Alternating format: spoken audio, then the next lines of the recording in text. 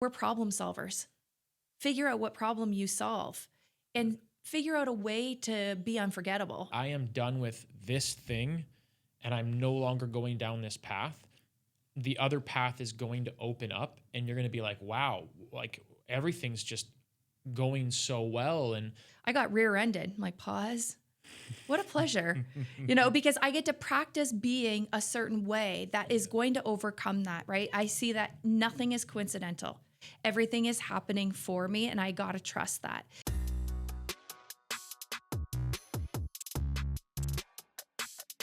Our guest today is Tina Brigley, a recognized TEDx speaker and storytelling brand strategist. With a focus on turning personal narratives into powerful assets, Tina has guided over 3,000 business owners. Her work empowers entrepreneurs to authentically connect with their audience, building trust that goes far beyond their products or services. Tina's core belief is that your story is your most valuable tool, and when you embrace it fully, people are not just engaged, they are actively choosing you. Her mission is to help entrepreneurs align their brand identity with their authentic story, enabling them to build businesses that truly reflect who they are. Welcome back, everybody, to another episode of Cracking the Success Vault here with Spectre Group. Today, we are joined by Tina Brigley. I don't know too much about your story. We had a couple phone calls, but the thing that I loved about your story, which is something that I've actually taken, which is Landmark Forum. That was one thing that we really connected on when I saw sort of your website and all of that kind of stuff. But let's kind of dive in a little bit as to sort of like where you grew up, where you started, and how you got on this like success coaching journey.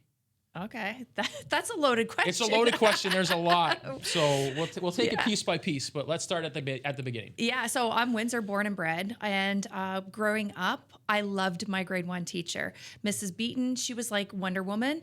I wanted to embody her. I wanted to be her, and I knew in grade 1 I wanted to be a teacher. So I started down this path as a teacher, actually. And one day I just woke up and I felt like I was wishing my life away. On Monday, wishing it was Friday. Friday, wishing it was the weekend. Sunday, wishing it was anything but Sunday. And wishing for the next break. And I thought, I'm not supposed to be here. And one day I was sitting on my computer and there was a pop-up to become a health coach. And I thought, what the heck is that? I used to be healthy. I think that this is something that I want to learn more about. And I clicked the button and the rest is history. So you were a teacher. I was 14 years. And you were, teaching what grade? Special education. Special education, okay. Yeah. And so why do you think you had this like wishing for the weekend or wishing for the weekend not to be over? I think a lot of people can sort of relate to that. Mm-hmm.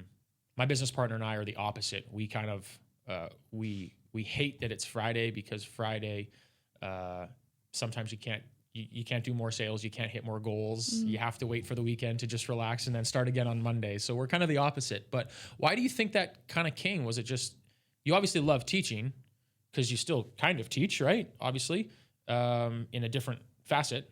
But what was it about the teaching that made you feel like that? I think I just felt like there was more for me.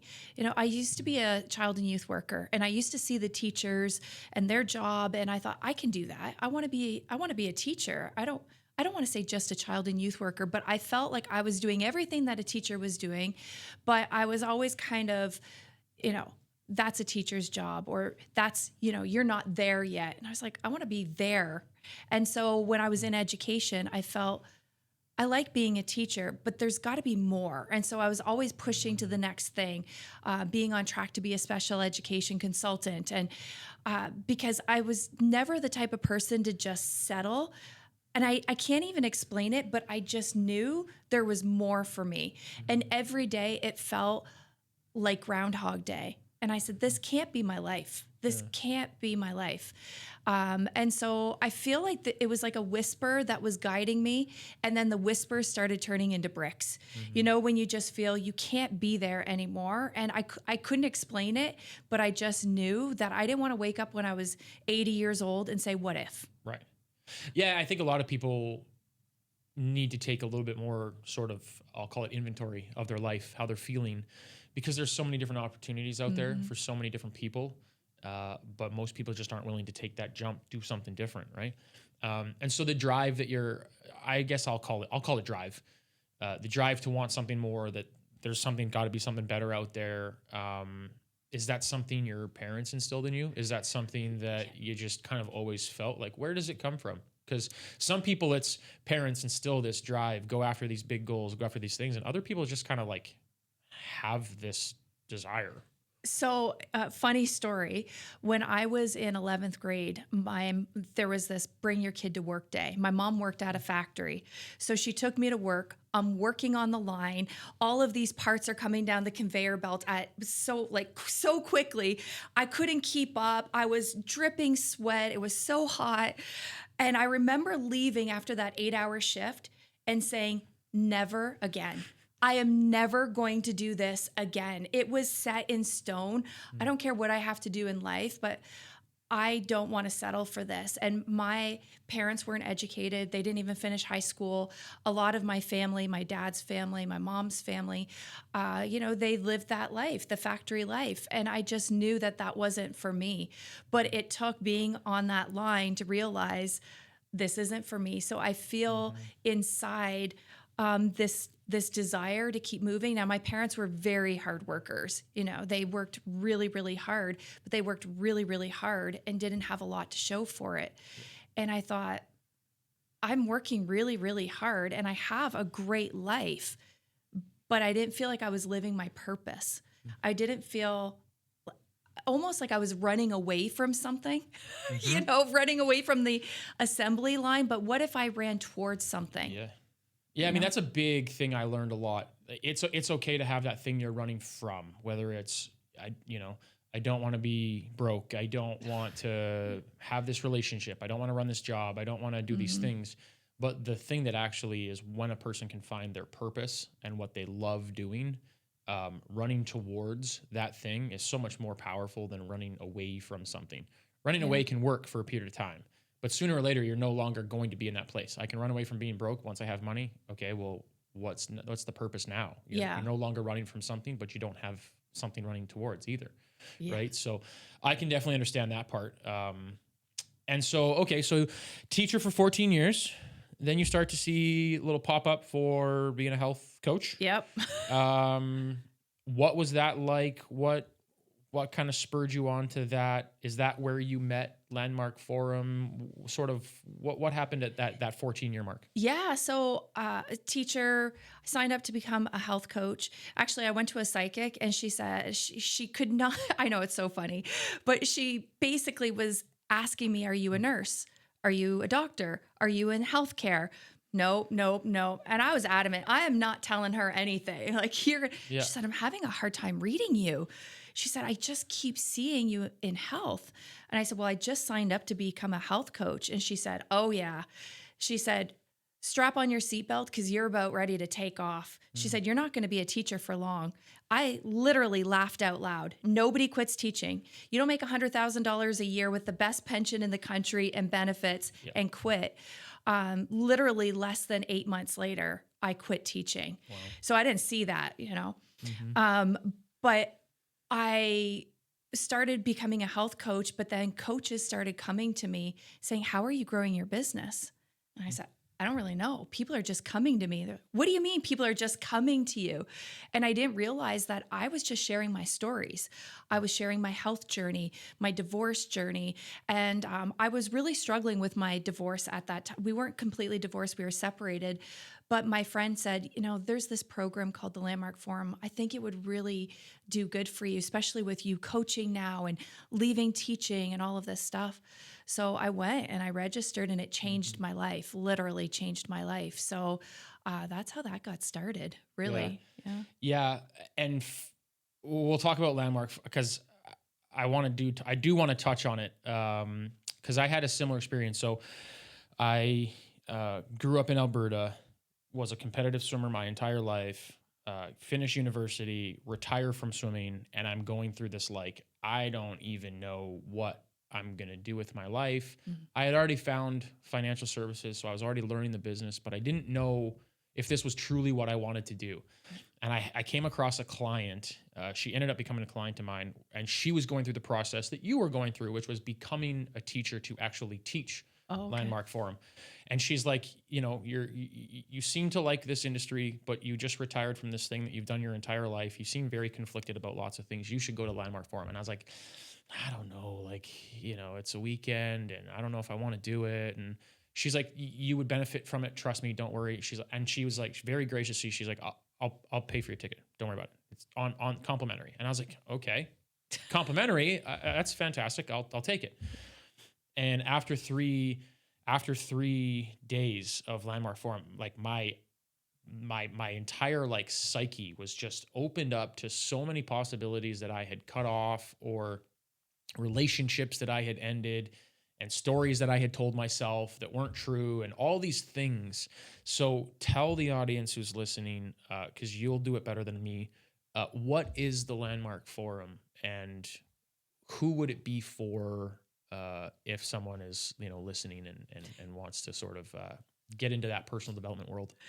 I would explain it as personal development on steroids. It uncovers the genesis of your identity, how your identity got constructed, and 3 pivotal moments in your life where you made decisions and you lived into those decisions. That's the easiest way I can see it, but you almost got to experience it to know what it's like. For me, I walked in, I'm a teacher, I'm a coach, I'm smarter than everybody in the room. I don't really need this. These people over here need it, but not me. And right away, I was cracked open to the point where I was walking out of the room on that Friday afternoon saying, I'm out of here. Well, I don't know who you guys are. You guys are a bunch of whack jobs, but I'm out.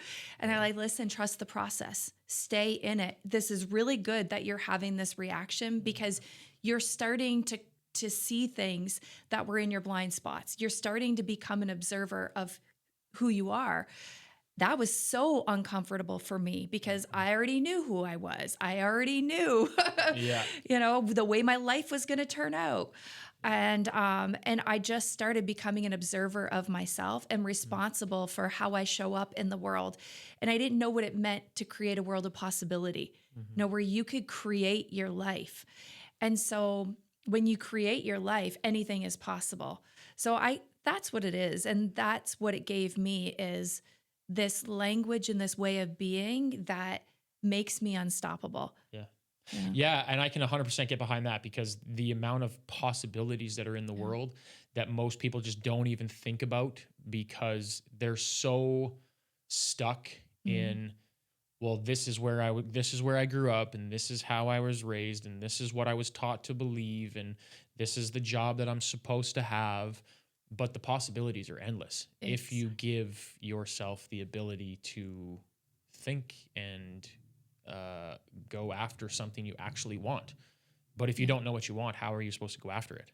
Yeah. Right. It was such a great process. And it's funny you said that, and that we're connected, because I think over the last like 2-3 years, I'm running a sales team now. And I'm like, every time we bring people in that just have these beliefs that are constraint on, they're just really stuck.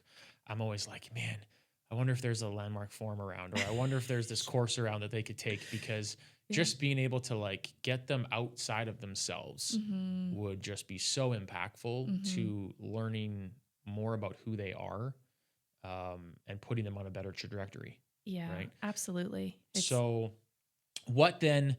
So you took Landmark, which opened up a lot of possibilities for you. Yeah. And then you started going down the path of actually wanting to teach the course. So you went from like health coach to potentially Landmark Forum coach. What kind of spurred wanting to teach the course? I was just really inspired by this world of possibility. And it was almost like I was a sponge for transformation. I just wanted, give me more, give me more, give me more. Once I started seeing myself, I just didn't want to stop. But I realized that there's different addictions. People can have sex addictions, alcohol addictions. I had a personal development addiction, and I'm not even joking about that. I mean, I did close to 5,000 hours in 7 years of personal development training.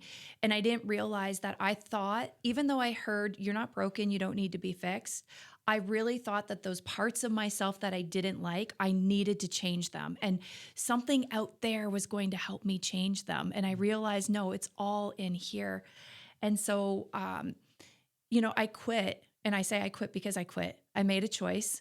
No past, no future. Just I had to start listening to my own internal voice and stop outsourcing my voice. And I think personal development is great, but there's a slippery slope where you can use it as an exit to not fulfill on what you want in your life. And so I ended up leaving, and then I had an opportunity to join a coaching company that was based in the UK.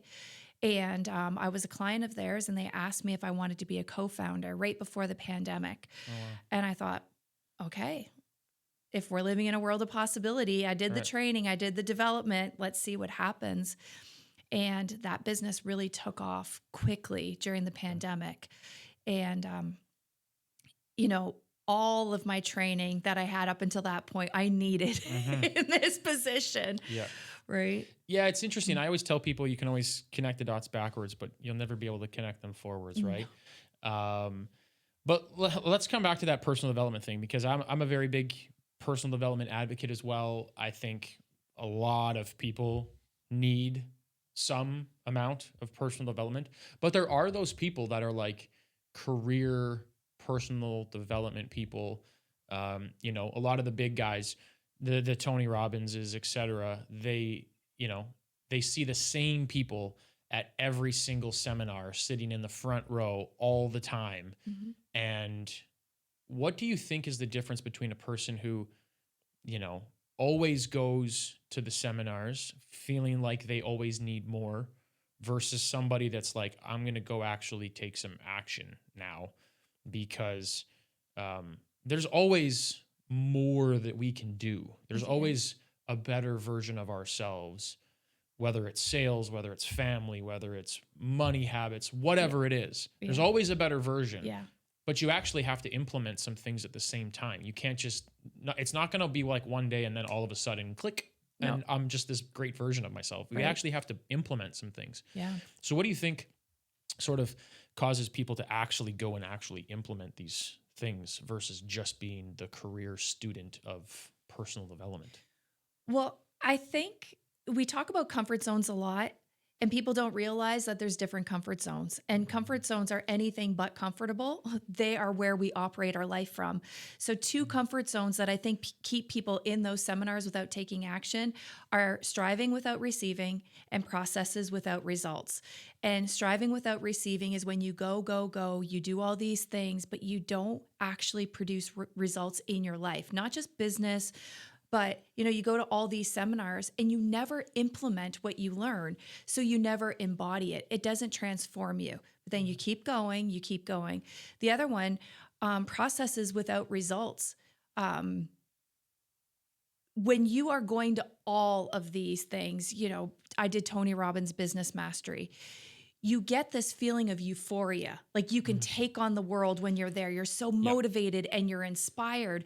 But soon as you leave the room, that motivation and inspiration goes away, and you need to take action to be able to ride that wave. And Tony Robbins talks about this all the time. This is great. You're here for the weekend, but what are you going to do in your life? And that's why a lot of programs will have seminars after to keep you in the conversation, because when left to our own devices, our brain doesn't like to get out of our comfort zone. It likes to stay there.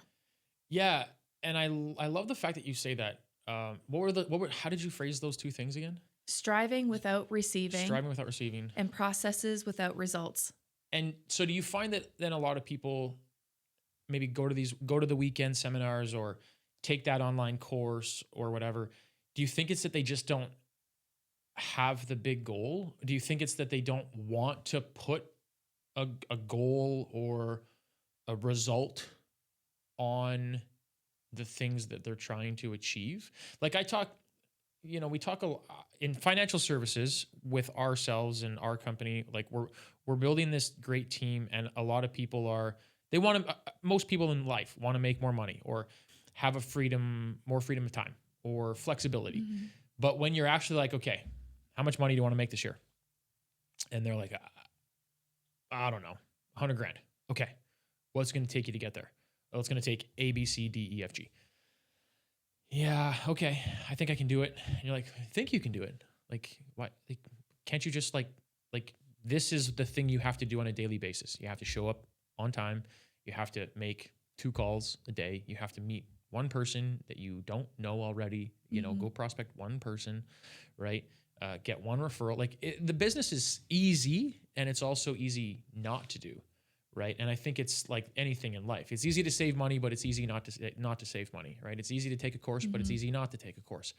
Do you think it's that people just don't have they don't know what it is that they want, and that's why there's no result to what they're doing? Or like, is it just they just don't know how to get there? No, I truly believe our primary human needs are love, safety, and belonging.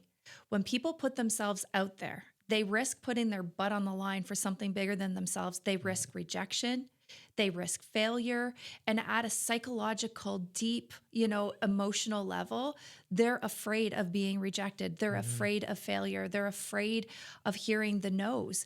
And so, it might show up as, oh, I don't have clarity. I don't really know what to do. That's not the truth.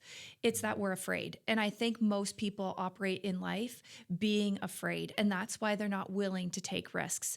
And if we could just be, okay with that. I did a talk for 100 people one time. They were all real estate agents.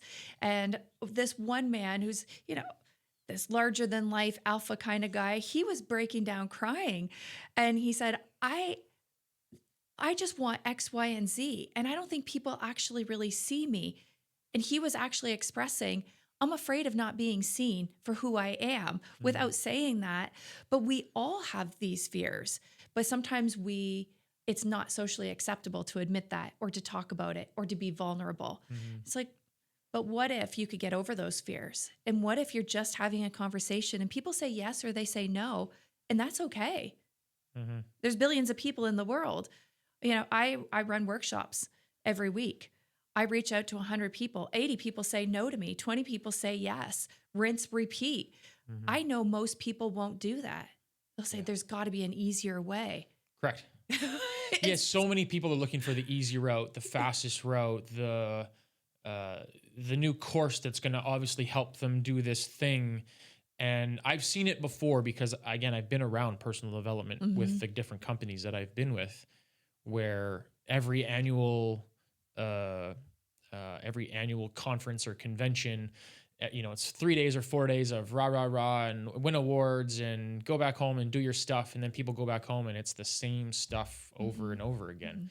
But I like the way that you said that is, because it really does come down to just a fear of rejection, right?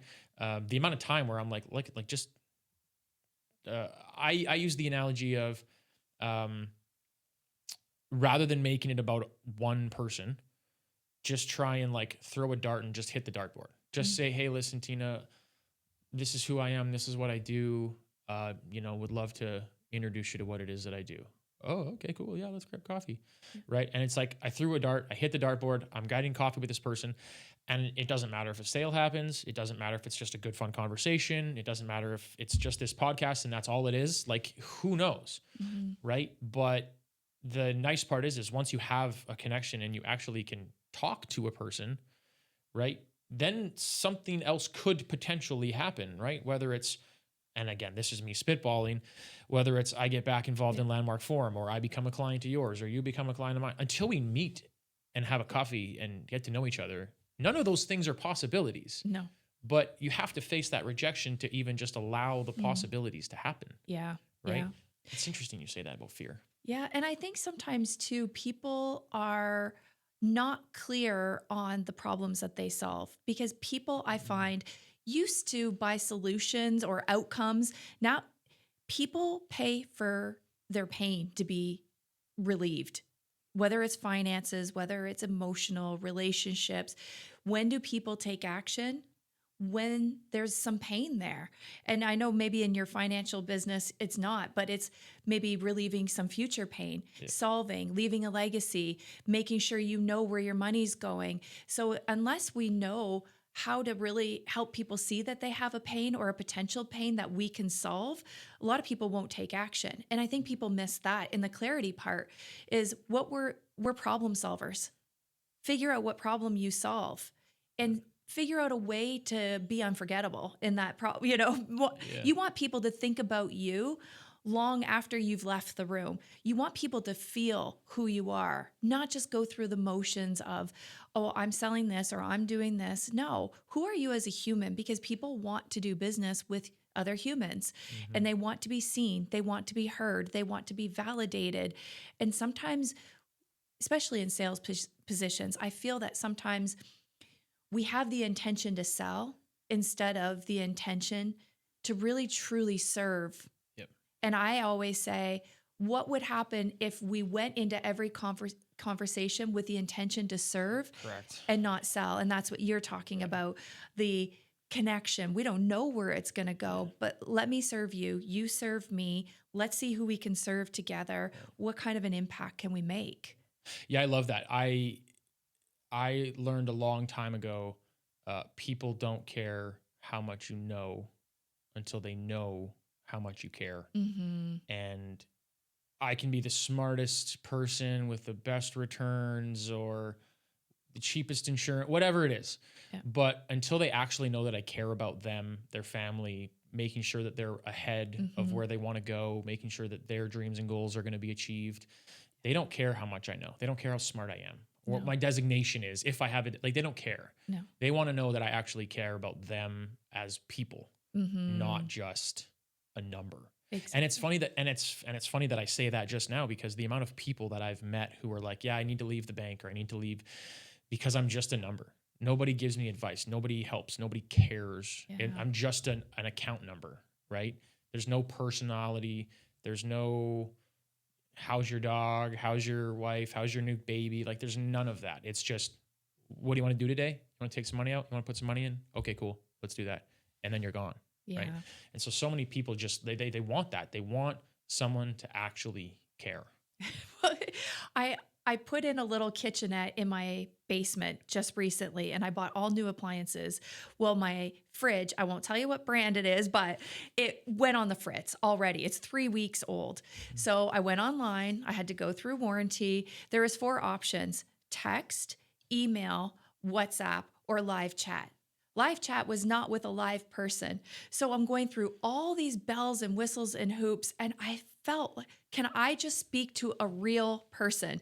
And I couldn't get that. Then finally, with this robot that I'm talking to, I said, I need a number where I can talk to somebody. And finally, I got a hold of somebody. But I feel like this is the way that the world is moving towards. AI is, taking away some of that human element. But what do people want more than anything? You and me, a real live agent, a real live person to have a conversation with.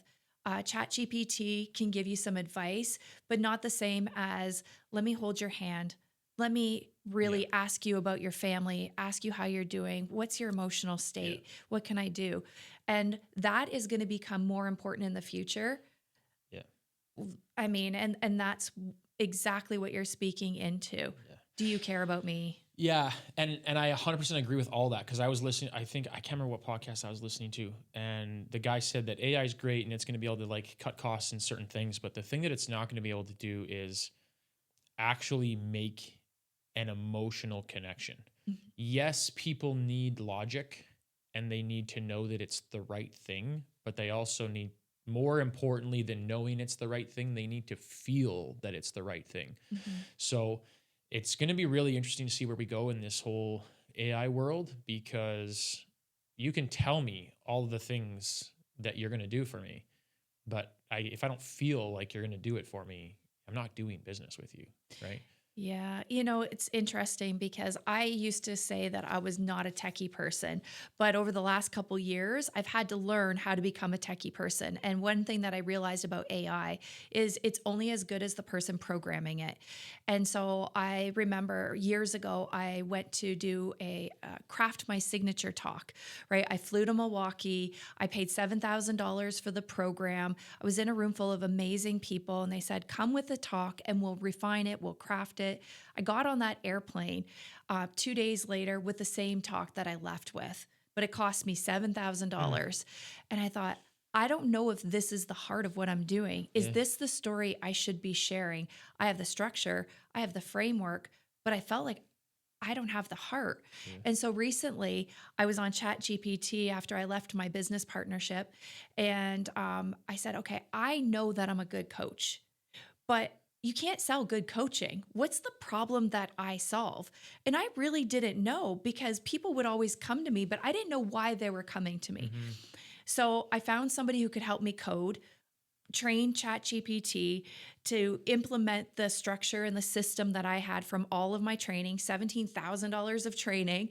And I actually programmed it to ask intuitive questions. I said, if this happens, ask this. And one of the things that it asked me is, why is this important to you? So I was just spilling my guts to ChatGPT.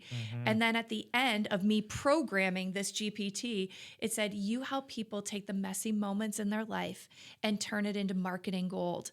It's like, it said, you use powerful stories to really build connections with people. I'm like, yes, I did. It was right under my nose the whole time. I didn't need to spend $17,000 to figure it out. But I couldn't see it because I was in the weeds. I didn't really know how to communicate. And so when I created this, it's AI, but with heart, I feel. And I think if you can program a GPT or Gemini or Claude to really ask you those intuitive questions, it can be super beneficial, but it's never going to replace, even though I have this GPT that helps people create their signature talk in minutes instead of hours or a weekend, they still need my support to really get at what's the story though. Tell me, what have you been through? Which one connects? That will never go away. AI is never going to replace humans. It's just going to amplify what we can do with other humans. Yeah, it's interesting you say that. And so you mentioned something there, saying left your business partnership. So you were with a company based out of the UK. You still with them? No. What's this new thing? What's this, what's going on now? Yeah. So, I mean, most people have probably already heard my story, but I spent almost 3 years building out this company. And when all the systems and processes and everything was put in place, I showed up to a meeting one Monday morning, and they basically said to me, Tina,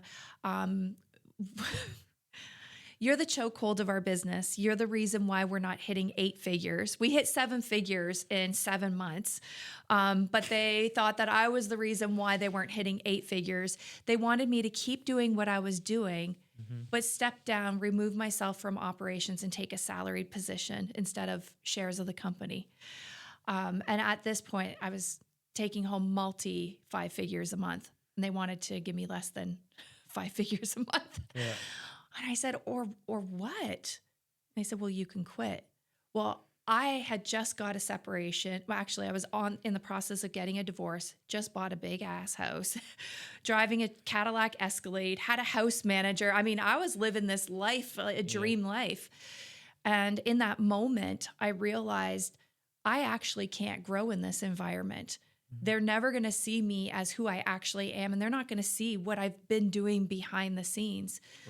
So I wished them well. And I said, if you really believe that you can do this without me, then I seriously hope that you have, unlimited success, but I'm going to go do my own thing. And so I did. I left and I did my own thing and started helping people craft a signature talk that basically sells without selling. I started doing events, in-person workshops, doing retreats, doing things that I love. And 8 months later, that business that was multi-7 figures was $100,000 in the hole. And they asked me to come back to pull them out of the hole. Wow. Yeah. And so I ended up for a short time partnering with one of my business partners. The other 2 left that business. At that business? Yeah, that business went under. And I said, you can't take the heart away from a business and expect it to thrive. You can't take the soul out of a business. Yeah. And I said, you got to burn it down and rebrand and start over. And Yeah. so that's what my business partner and I did. But then he had a heart attack a couple years later, and he said, I can't work this hard. I don't want to do this anymore.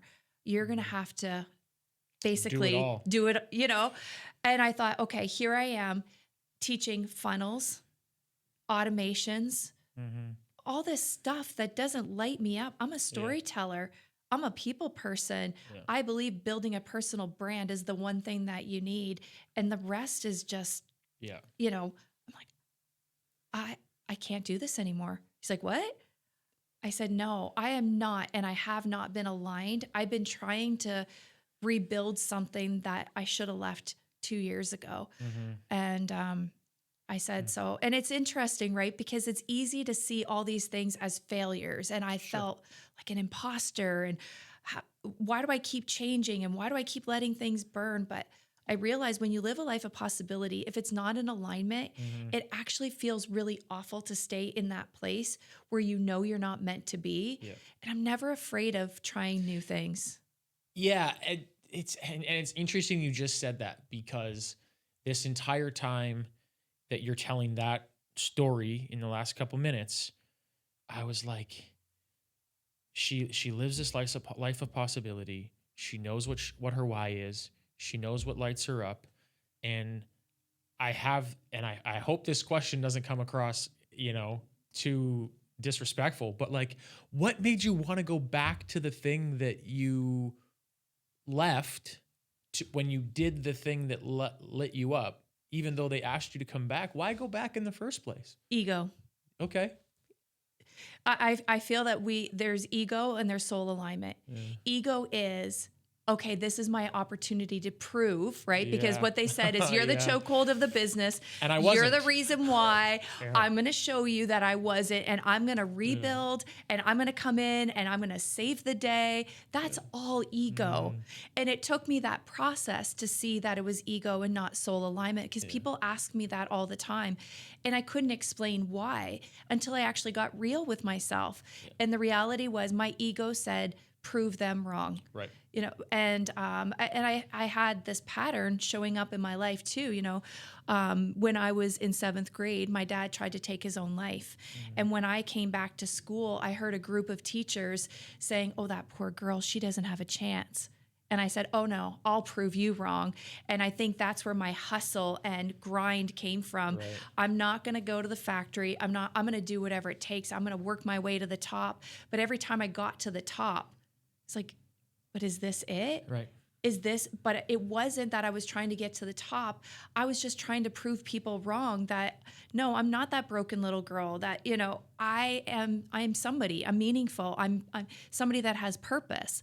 But what I realized is that is really all ego, trying to prove somebody wrong. And I realized I don't have to prove anybody wrong, not even myself. Yeah. And I get to live a life that I feel joy, I feel excitement, I feel purpose. Yeah.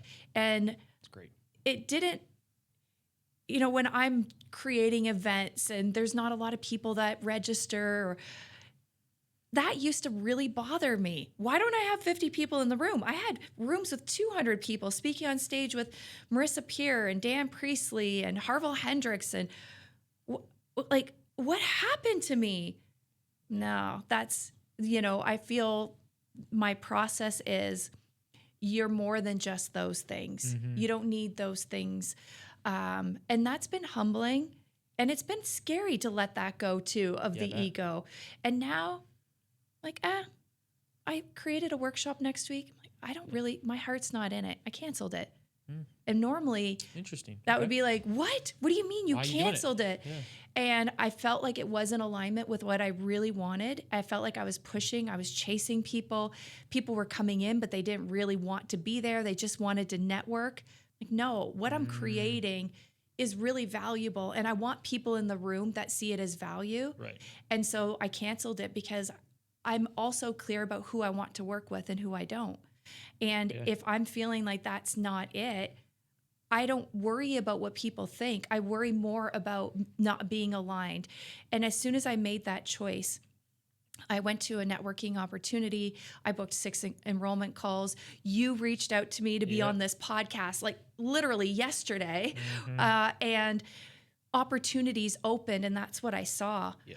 If you are doing something that you really, truly don't want to do, you close the doors of what you're supposed to be receiving. Yeah, I 100% understand. I get that too, because there's, and whether you want to call it like faith or just coincidence, or it's not faith. I mean, it could be faith. It's not coincidence. It doesn't just happen by accident. It happens because we as human beings are atoms, and atoms have vibrations, and vibrations pull things together when they're attracted. And so when you're like, okay, I am done with this thing and I'm no longer going down this path, the other path is going to open up, and you're going to be like, wow, like everything's just going so well. And whether it's I'm making money or I'm meeting people or I'm booking calls, or it's because you chose not to go down the path that you weren't supposed to. And that allowed you to actually focus time and energy on the thing that you actually wanted.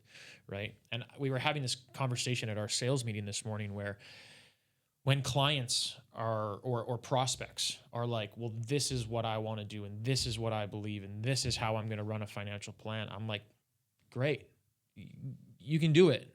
Just go do it with somebody else. Exactly. It doesn't fit me. It doesn't fit my alignment. It's not the thing that I think that you should do. And if I'm trying to convince you to do it for a paycheck or for another client or whatever, it's not going to work very well. We are always going to be butting heads. We're always going to be in a disagreement about what should and shouldn't happen. Mm-hmm. And it's not worth it. If you believe that, that's okay. No hard feelings. Take the ego out of it. It's not me. It's not you. It's just, that's what you want to do. Yeah. Right. And it's just not going to be done with me. And that's okay, because I'm not for everybody. It takes courage to do that too, to know that it's okay to let people go, because when we let people go, the people that are meant to come on our path and do business with us, they're already there waiting for us. But there's something that we need to learn, that it's acceptable and it's okay, because we're not just doing ourselves a service, we're doing them a service too, because they'll go find somebody else that's going to be a better match, that's going to feed their ego and tell them what they want to hear. And this is part of their process. And that's what I realized. We're all on a journey. We're all on a process.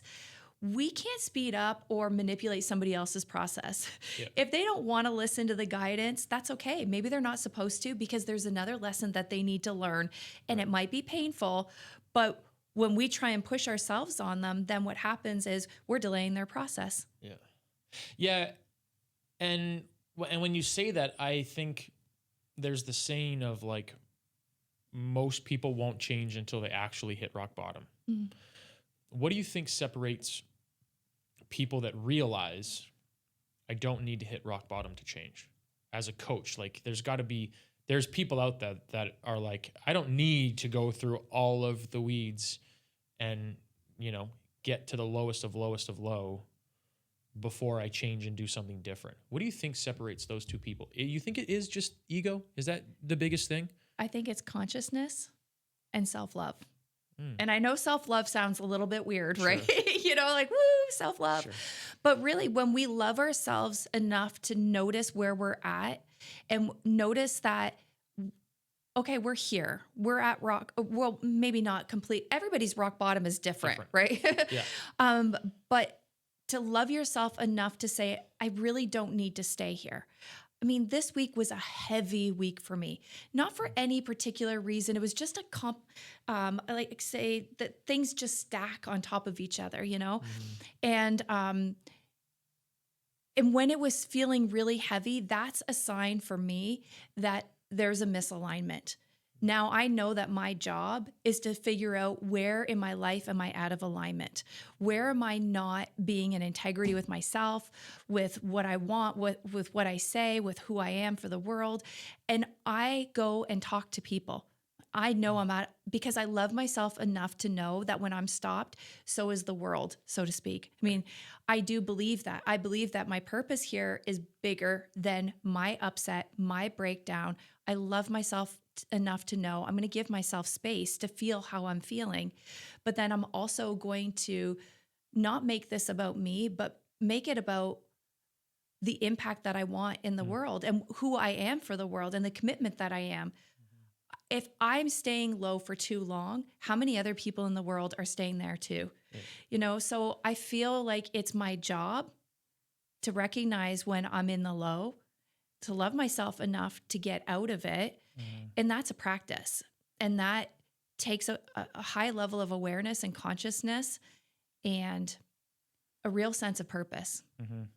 And this obviously isn't a plug for Landmark Forum or anything else, but like what kind of maybe tips or tricks would you give for people that might be listening to how they can have that consciousness, how they can get out of their ego and actually pay attention to themselves? Like, what kind of things would you say?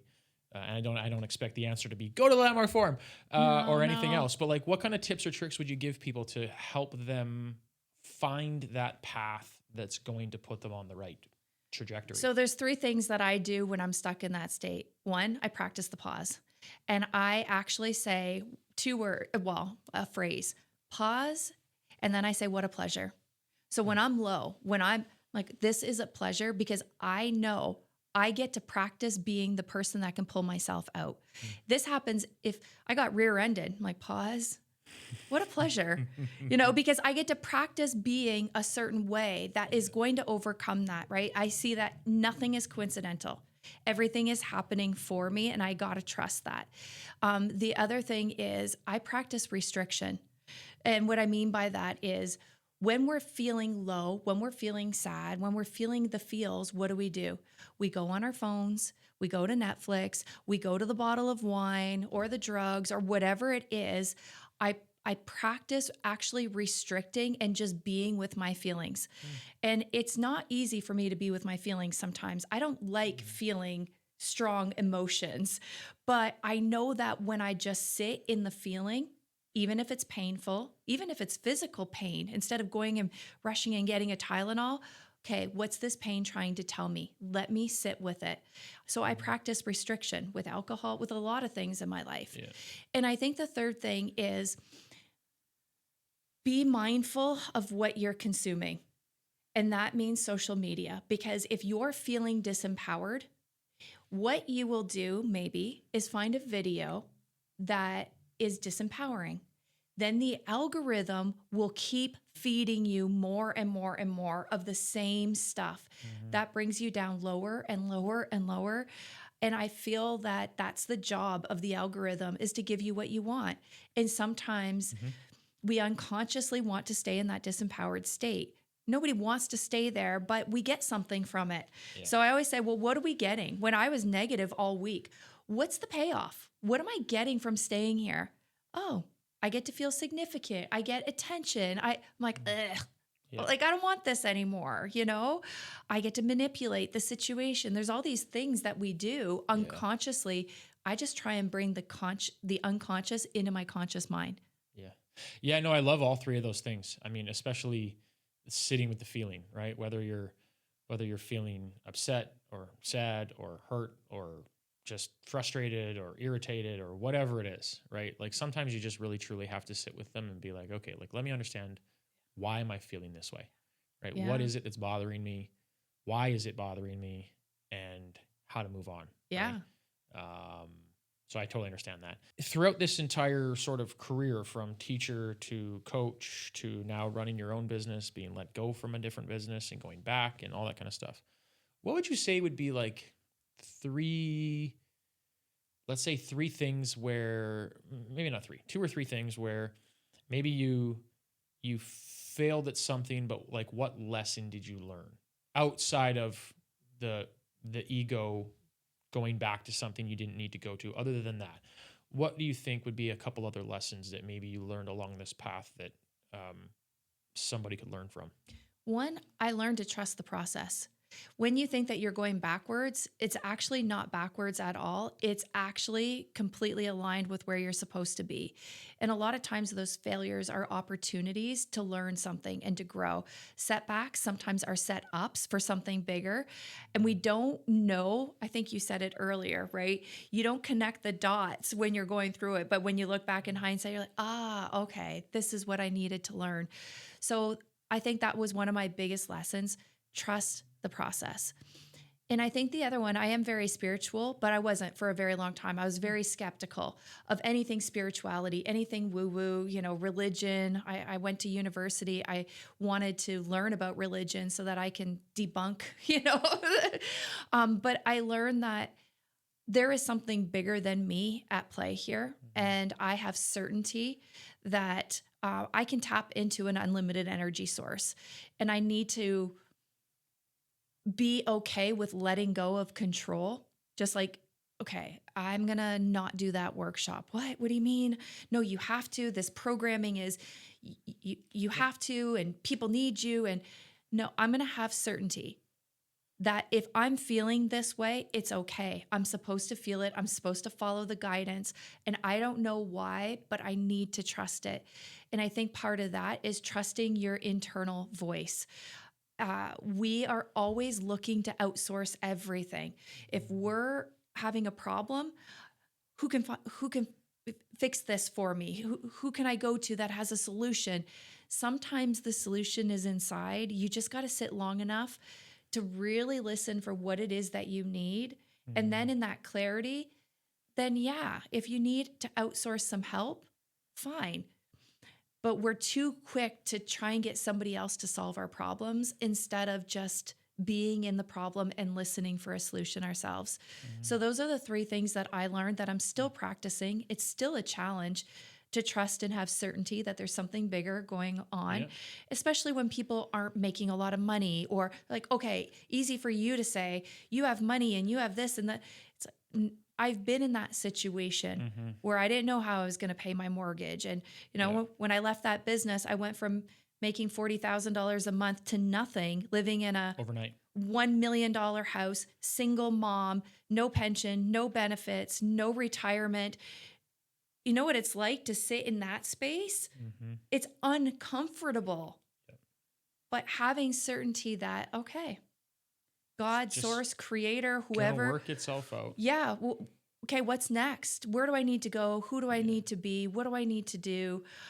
That was the hardest thing for me, to just throw my hands up and say, okay, let's just recenter, refocus, get grounded. And I also realized, especially with social media and things that are happening, you can lose your YouTube, your email list, your Instagram, your Facebook, like that. But nobody can ever take you away. When you build a personal brand where people know, like, and trust you, and when you do the personal work to be able to navigate life, because life is going to happen to everybody, nobody can take that away from you. And that's why I believe in personal development and growth, because those skills that you learn for living are going to be necessary when life throws curveballs. And if life isn't throwing you curveballs, you're not playing a big enough game. I would agree. You're playing a safe game. You're sliding under the radar, but your purpose is probably bigger than the game you're playing. Yeah. And I've always heard or been told, like, you're either growing or you're dying, right? There is no like stagnation. You might not have problems or challenges, and I would agree with you. If you don't have problems or challenges that you're trying to solve in your life, then you're definitely not playing a big enough game. There's more out there for you, but just wait, right? Whether you're trying to grow something or not, a problem is going to come up, right? And so, and I love that analogy. Sometimes the setback is set up for a comeback or whatever they say, right? I always use the analogy of like video games, right? Like, video games are really fun because you can, and Super Mario is always the one I use, but where you learn as you play the game. Yeah. I don't jump here. I don't go down this tube. I don't step on this thing. Yeah. And you can, you die and then you come back and you get another chance at life. As long as we're safe and, we are just the same. We can go down a path and that didn't work. Okay, reset. Okay, not make that mistake. Let's keep going. And people who are farther down the path have just made more mistakes than us. Oh, yeah. Right? They've learned more, they've failed more, they've had bigger challenges, bigger problems to solve. And that's why they're farther down the path, right? And being able to take somebody like yourself who's gone down that path can share some of those things that they have gone through so that maybe other people don't have to go through them. That's kind of really what this whole podcast is about, is just sharing all those things so that whether it's a sales or family or life or whatever, right? Yeah. People can, what Tina said, that's going back to something like that's ego. Maybe I should just listen and just sit, and maybe I won't go back to that thing because maybe that doesn't serve me anymore. Yeah. Right. So it's really interesting. I love the story. It's fantastic. So we're running out of a little bit of time here. What's next for you? Obviously you got your own company and you're growing your own thing. What's sort of the next plan? Are you, I'll say, letting things just happen, or is there a goal in mind that you're trying to get to? Well, I'm writing a book of all Okay. my experiences and lessons. And, Cool. basically, I like to say I'm getting to nothing. And people are like, what do you mean by that? Like all of these facades and all these masks and all these ways of being that I had to be, like the hyperachiever and this and that. I don't know what's completely next. I feel like I'm just in flow of life and looking for opportunities. I want to do a big storytelling circuit where I get people on stages sharing their stories.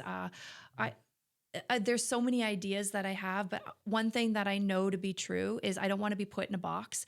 I want to really follow that guidance and what my heart is saying. And I want to build connection with people in a different way. And I want other people to build connections with others too. So storytelling is a big part of that. And making a difference in the world. That's where I'm heading. Yeah. That's awesome.